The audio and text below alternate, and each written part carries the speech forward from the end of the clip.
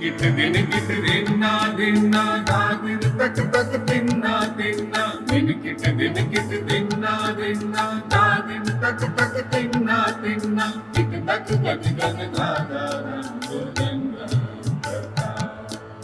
Git తక్ gut gut దాదా రంగు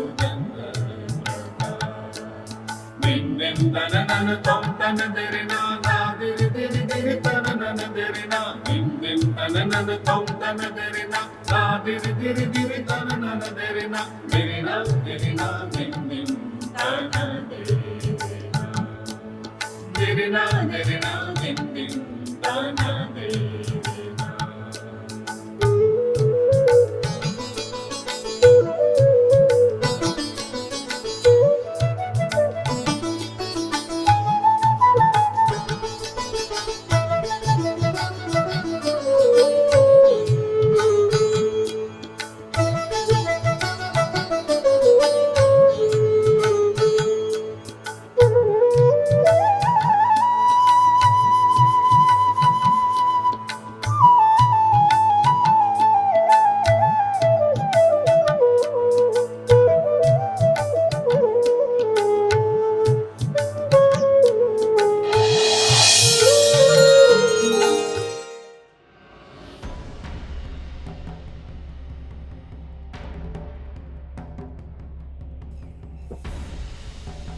अंदर बैठिए।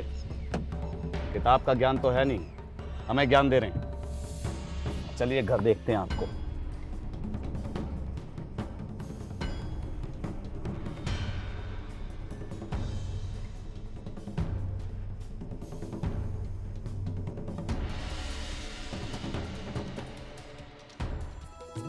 ये बातें आप इतने आत्मविश्वास के साथ कैसे बोल सकती?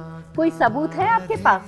शास्त्रों में ही कहते हैं ना, कुंती पुत्र कर्ण का जन्म सूर्य देव के वरदान से हुआ था, द्रौपदी का जन्म अग्नि से हुआ था, सीता माता का जन्म धरती से हुआ था और 5 पांडवों का जन्म भी तो देवताओं के वरदान से ही हुआ था।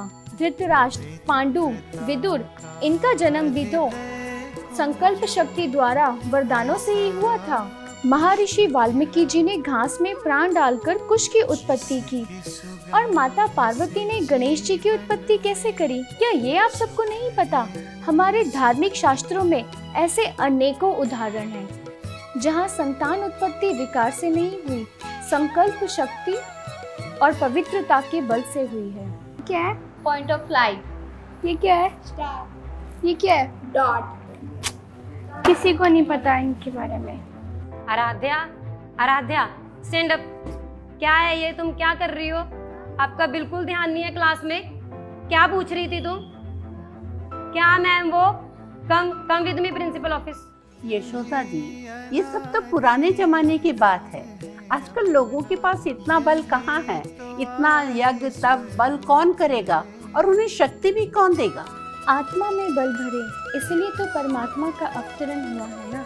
वह राजयोग की शिक्षा द्वारा हम आत्माओं में बल भर रहे हैं ताकि हम उनकी शक्तियों को प्राप्त कर सकें। परमात्मा शिव पवित्रता के सागर हैं, इसीलिए तो शिव शक्ति का गायन है। आपको तो मिसेस मिश्रा जी ने, यानी कि यशोदा जी ने आराध्या के बारे में बताया ही होगा। आज हमने उनको कांटेक्ट करने की कोशिश की थी, बट लकीली आपका फ़ोन मिल गया। कॉन्टिन्यूसली 2-3 दिन से उसकी लगातार कंप्लेंट्स आ रही है। ये क्या है पंडित जी, कृपया आप मुझे बताएंगे ये क्या है?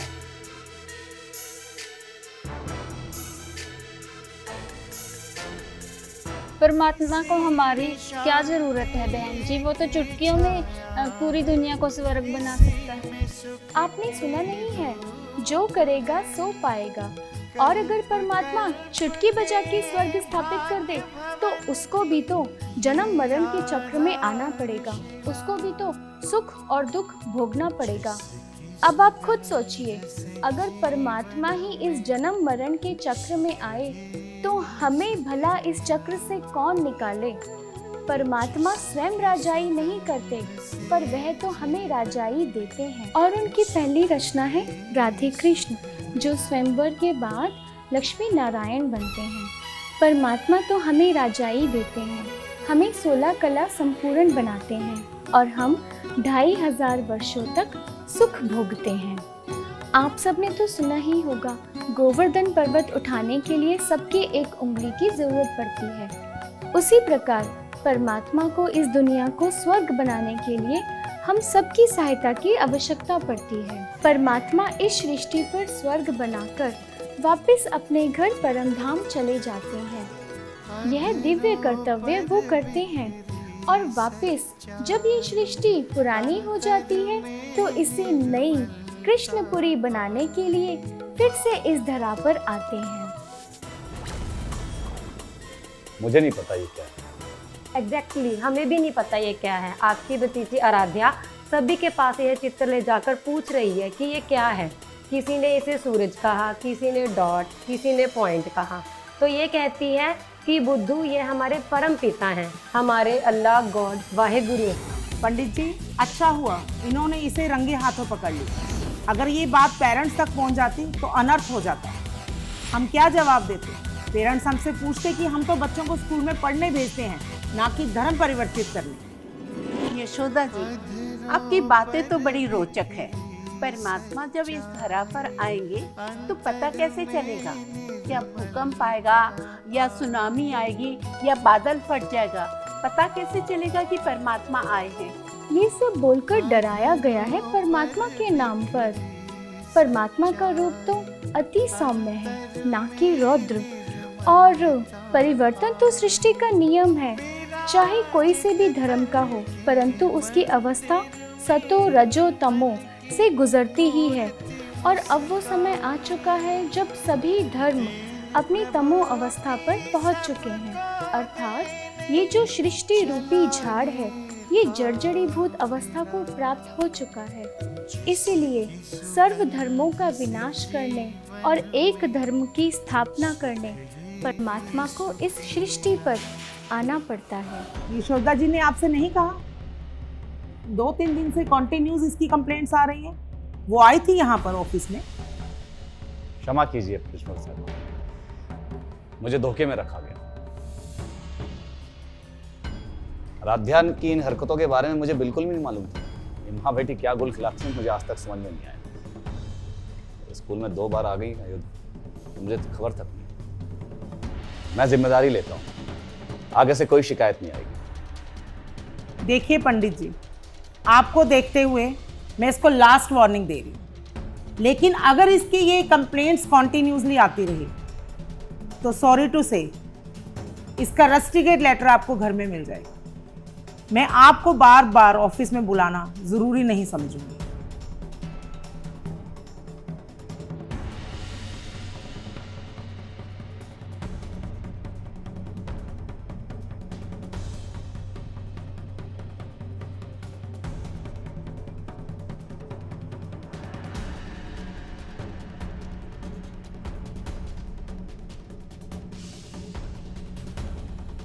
यशोदा जी, आपने शायद शास्त्र अच्छे से पढ़े नहीं हैं। गीता में भी लिखा है कि जब श्री कृष्ण ने अर्जुन को अपना विराट स्वरूप दिखाया था तो उनकी आंख चौंधी आ गई थी। हजारों सूर्यों के समान तेज प्रकाशमय है परमात्मा का स्वरूप। अब आपके बाकी सभी प्रश्नों का उत्तर मैं कल दूंगी। अभी मुझे जाना होगा। ओम शांति, ओम शांति। अरे इतनी सारी मिस कॉल, कोई अनर्थ तो नहीं हो गया? जिसकी सुगंध से जीवन में सुख ये सुख मिला, जिसकी सुगंध से। चलिए, पेपर में छापने के लिए आज मसाला तो अच्छा मिल गया। चलो, लगता है आज बादाम का हलवा बना है, मेरा फेवरेट। आज तो मुझे बादाम का हलवा खाना है। हाँ बनाया तो है, पर आपको नहीं मिलेगा। क्यों? क्योंकि आप ना ही तो अपनी मम्मा की बात मानते हो और ना ही तो अपने चाचू की। वैसे तो कहते हैं बच्चे भगवान का रूप होते हैं, पर बेटा आपने ऐसा कोई भी काम नहीं करा है जिसके लिए मैं आपको बादाम का हलवा दूँ। और आपको पता है क्या, आपके चाचू ने ना मुझे बताया है कि प्रिंसिपल से क्या बात हुई है। और आपको एक बात और बताऊं, ये आपकी तीसरी कंप्लेंट है, इसलिए अब आपको हलवा नहीं मिलेगा। आपको समझ में आया या कमरे में जाके समझाऊं? देखिए, आपकी बेटी को स्कूल से निकाला गया तो मैं क्या करूं? मैं पंडित हूं, समझ गए ना?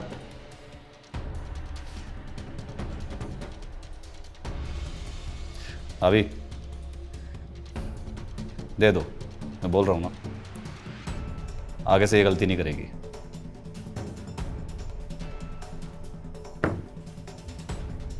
आराध्या, आराध्या मुझे एक बात बताओ, वो जो चित्र था वो कहाँ से और कब मिला? अरे देवर जी, मैंने आपको बोला था ना कि आराध्या के स्कूल के ही सामने एक बाबा बैठते हैं, उन्होंने ही उसको वो चित्र दिया होगा।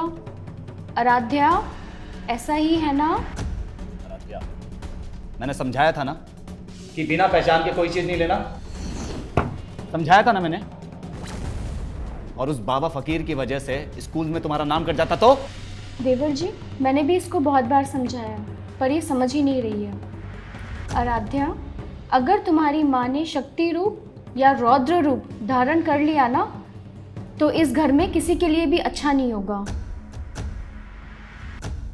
बस करो मम्मा, मुझे कुछ नहीं समझना।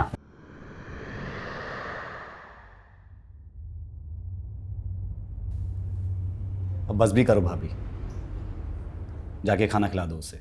अच्छा, आप प्रिंसिपल के रूम में तो बहुत बिगड़ रहे थे, अब क्या हो गया आपको? वैसे भी वो सनातन धर्म का प्रचार प्रसार कर रही थी, इसमें उसकी क्या गलती है? स्कूल में तो आपको बड़ा गुस्सा आ रहा था।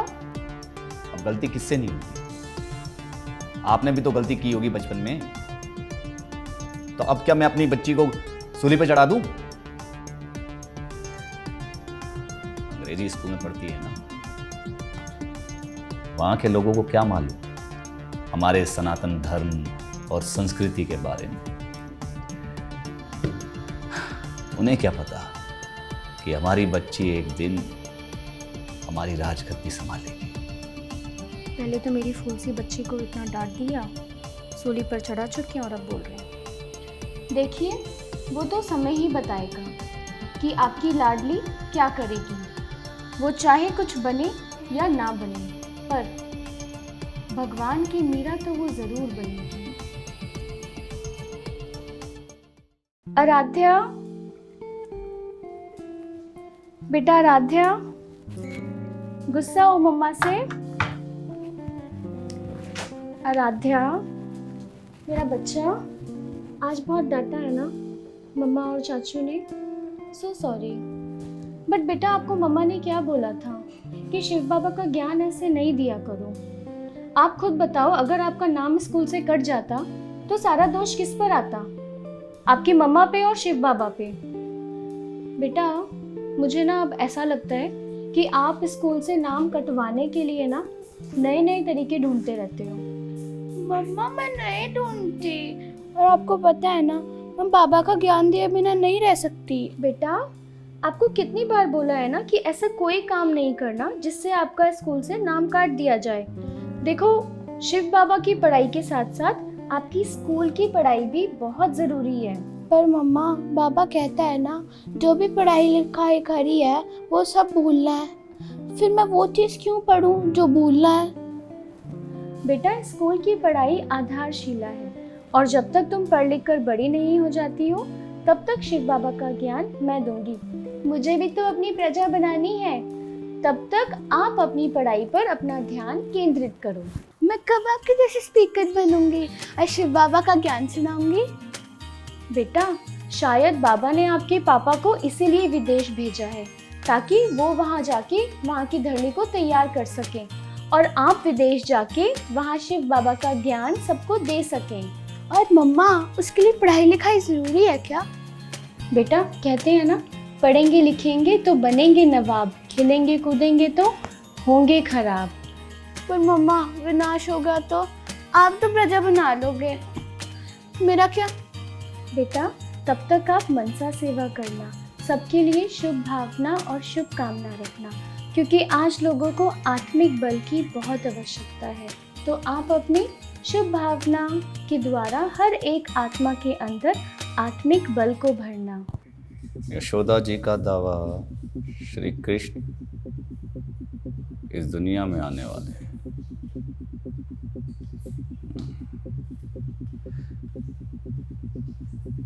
परिवार नियोजन का सर्वश्रेष्ठ ग्रंथ गीता।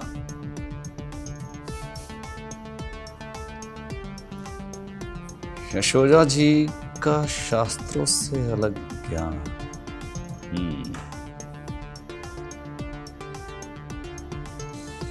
पंडित जी की दुकान बंद हो गई और वो विदेश चले गए। पंडिताइन की दुकान चल पड़ी। यशोदा जी का कहना है कि भागवत का श्री कृष्ण नहीं है बल्कि शिव है। यशोदा जी का खुलासा। क्या बकवास कर रहे हैं ये पत्रकार लोग। भला हमारी दुकान कौन बंद करेगा। शास्त्रों से अलग ज्ञान। अब ये कौन सा नया ज्ञान दे रही हैं भाभी जी। योग से प्राप्त करें राजयोग की सिद्धि। परमात्मा शिव के द्वारा।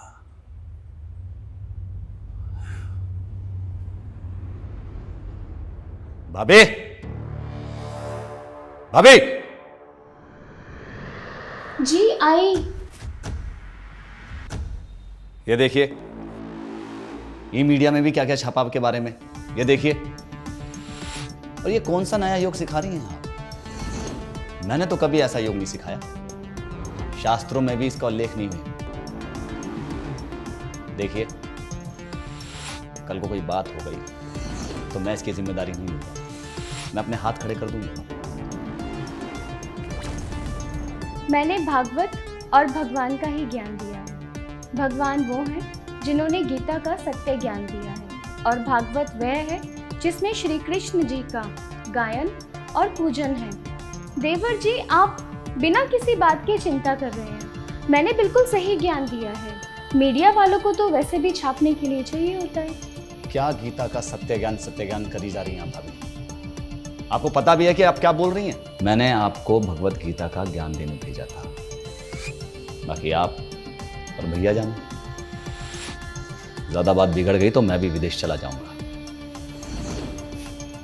मैं सिर्फ सत्य ही बोलूंगी और सत्य ज्ञान ही सुनूंगी और दूंगी। देवर जी, आप बिल्कुल चिंता मत कीजिए। आप निश्चिंत रहिए। मैं कोई भी ऐसा काम नहीं करूंगी जिससे हमारे घर या परिवार पर कोई भी आ जाए। और ये बार बार आप ये जो आलाप करती रहती है ना कि श्री कृष्ण भगवान नहीं है, श्री कृष्ण भगवान नहीं है, कृपया करके बाहर जाके ये टिप्पणी मत करिएगा। नहीं तो आपको, हमको, हमारे परिवार को इस दुनिया से हाथ धोना पड़ेगा। भाभी, आपका जो मन चाहे वो आप करें। मैं आराध्या को लेकर जा रहा हूं उसे समझाने के लिए। अभी छोटी है तो जल्दी समझ जाएगी, बड़ी होगी तो बात हाथ से निकल जाएगी। और वैसे भी आपके साथ रही तो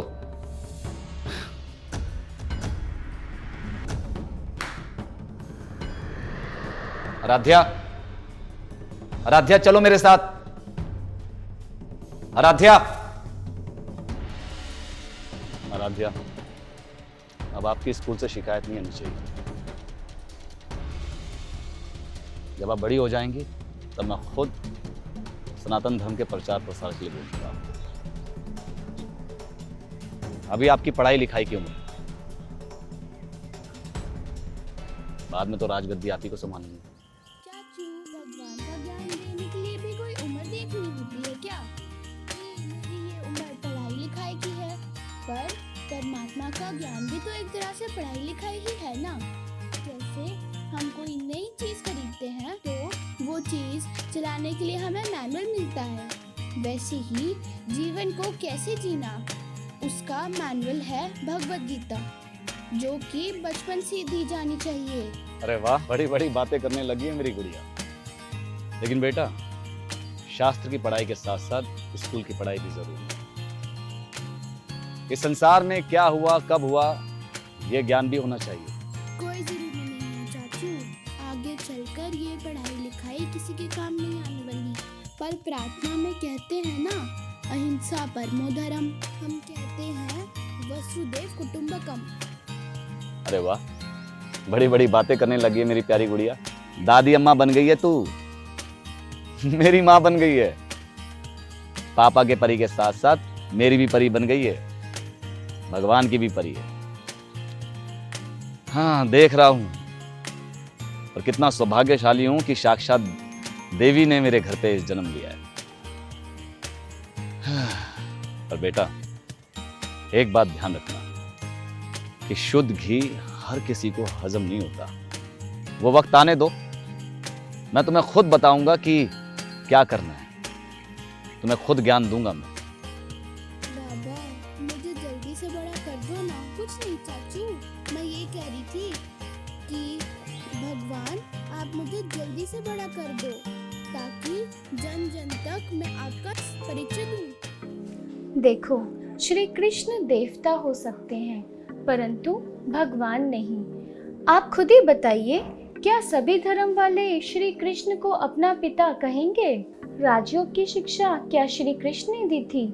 भारत का प्राचीन राजयोग, उसकी शिक्षा आखिर दी किसने? आपको क्या लगता है, श्री कृष्ण ने? श्री कृष्ण गॉडफादर थोड़े ही हैं। श्री कृष्ण की महिमा अलग और परम पिता शिव की महिमा अलग है। अब हम सबके रचयिता और श्री कृष्ण के रचयिता हैं भगवान, तो भगवान एक ही होगा ना। माँ बाप अपने बच्चों का एडमिशन बड़े विदेशी विश्वविद्यालय में कराते हैं, लेकिन व्यवहारिक जीवन में इसका कोई मोल नहीं। माँ बाप अपने बच्चों को गीता प्रवचन नहीं सुनाते, क्योंकि उन्हें डर लगा रहता है कि उनका बच्चा वैरागी ना हो जाए। भागवत कथा आपको अपने बच्चों को सुनानी चाहिए, क्योंकि हर माँ बाप चाहते हैं कि उनके घर में कृष्ण जैसा बच्चा जन्म ले। आप ज्ञान को घुमा कर क्यों दे रही हैं?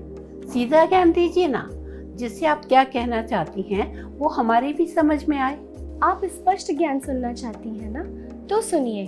आप सबको ये तो ज्ञात होगा ही कि ईसाई धर्म का शास्त्र है बाइबल। अब अगर हम ये कहें कि बाइबल क्राइस्ट ने नहीं पॉप ने लिखा है, तो क्या ईसाई धर्म में इतनी ताकत रहेगी? मैं आपको दूसरा उदाहरण देती हूँ। इस्लाम धर्म की स्थापना की थी इब्राहिम ने। अब अगर हम इब्राहिम की जगह किसी और पैगंबर का नाम डाल दें, तो क्या उस धर्म में इतनी ताकत रहेगी? मैं तो कहता हूँ कि हर एक माता पिता को भागवत कथा का प्रवचन करना और करवाना चाहिए। भागवत एक ऐसा शास्त्र है जिसमें श्री कृष्ण के 18,000 श्लोक हैं, जिसमें बताया गया है श्री कृष्ण के बारे में, उनका स्वभाव, उनकी लीला, उनका गुण, उनका व्यवहार बताया गया है कि कैसा है। वैसे ही गीता में पिता के नाम की जगह बेटे का नाम डाल दिया है। अब श्री कृष्ण ये तो नहीं कह सकते ना कि अशरीरी बनो और मुझे याद करो। वो तो परम पिता परमात्मा शिव ही कह सकते हैं ना। आप सभी खुद सोचिए, सन्यासी और श्री कृष्ण जो खुद अशरीरी नहीं हैं, वो भला हमें अशरीरी भव का वरदान कैसे दे सकते हैं? भगवत गीता श्री कृष्ण के द्वारा दिया गया गीता ज्ञान, जिसमें मात्र 700 श्लोक हैं। कृष्ण कौन है ये भागवत में वर्णित है। इसीलिए गीता में भी ये शब्द है, सर्व धर्मान परित्यज्य मामेकम याद करो। पर किसे याद करो? उस निराकार परम पिता परमात्मा शिव को। जब परमात्मा ने ब्रह्मा के तन में परकाया प्रवेश किया, वह था श्री कृष्ण की आत्मा का अंतिम जन्म, और तब परमात्मा ने उनका नाम रखा ब्रह्मा। गैलीलियो ने भी जब पहली बार ये बात बोली थी कि भूमि गोल है, तो उसे एंटी क्राइस्ट बोल के टांग दिया गया था सूली पर। लेकिन हमारे देश में शुरू से ही भूमि को भूगोल ही कहते थे। भू मतलब भूमि, गोल मतलब गोल।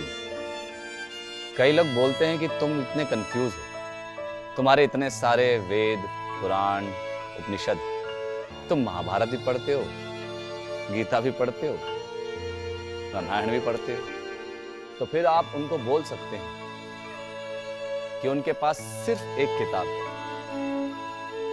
और हमारे पास पूरी लाइब्रेरी है। राधे राधे। अब ब्रह्मा के अंदर जिस परमात्मा ने प्रवेश किया वही है लॉर्ड ऑफ लॉर्ड, और जिस ब्रह्मा ने परमात्मा को अपना तन यूज करने दिया वो हो गया लैंड लॉर्ड। श्री कृष्ण का भी लॉर्ड ऑफ लॉर्ड वो परमात्मा है। तो परमात्मा हो गया मेल और श्री कृष्ण की आत्मा हो गई फीमेल। तो इस पूरी दुनिया में केवल एक ही मेल है और बाकी सभी आत्माएं हैं उस परमात्मा की सजनियाँ। उसे हम राम भी कह सकते हैं और इसीलिए हम सब हो गए उसकी सीताएं। और यही एक वजह है कि जब भी हम कभी मुसीबत में होते हैं तो हमारी बुद्धि हमेशा कहाँ जाती है? ऊपर की ओर, क्योंकि परमात्मा ऊपर रहता है। श्री कृष्ण की ओर तो नहीं जाती ना। चाहे कोई किसी भी धर्म को मानता हो, अल्लाह को मानता हो, वाहे गुरु को मानता हो, पर उसकी बुद्धि हमेशा ऊपर की ओर ही जाती है, फिर चाहे वो किसी भी नाम से उस परमात्मा को याद करे। जो बात आप कह रही हैं वो मेरा दिमाग तो मानने के लिए तैयार है लेकिन दिल नहीं, क्योंकि हमें बचपन से ही ये पढ़ाया गया है कि गीता का ज्ञान तो श्री कृष्ण जी ने दिया है। तो आप शिव का नाम ले रही हैं, तो क्या आप शिव भक्त हैं? अब अगर श्री कृष्ण की जगह शिव का नाम गीता में होता तो पूरी दुनिया का एक ही धर्मशास्त्र होता और वो है गीता, और हम सभी का भगवान या परम पिता परमात्मा एक ही होता, वो है शिव बाबा। क्योंकि शिव बाबा हमें पतित से पावन बनाते हैं। परम पिता परमात्मा द्वारा दिया हुआ गीता ज्ञान प्रायः लोप हो जाता है, इसीलिए सभी परमात्मा को भूल जाते हैं और श्री कृष्ण को भगवान समझ बैठते हैं। श्री कृष्ण गॉड नहीं है पर नेक्स्ट टू गॉड हैं।